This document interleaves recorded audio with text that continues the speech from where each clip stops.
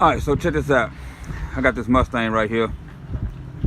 Converted over to a push button start. It ain't got no key no more. I also put the remote start on there.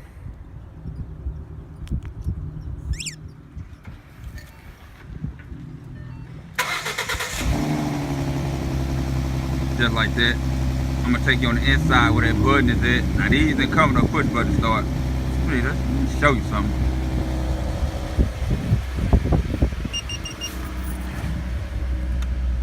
So you see right here. See, that's converted. Alright.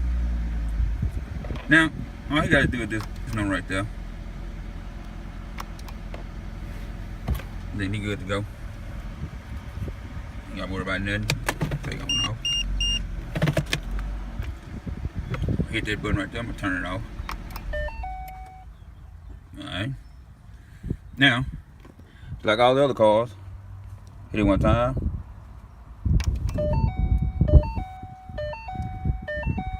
Don't do that. I'm gonna turn the radio on. I've been teaching till my mid-30s, and I've held part-time jobs, even while teaching.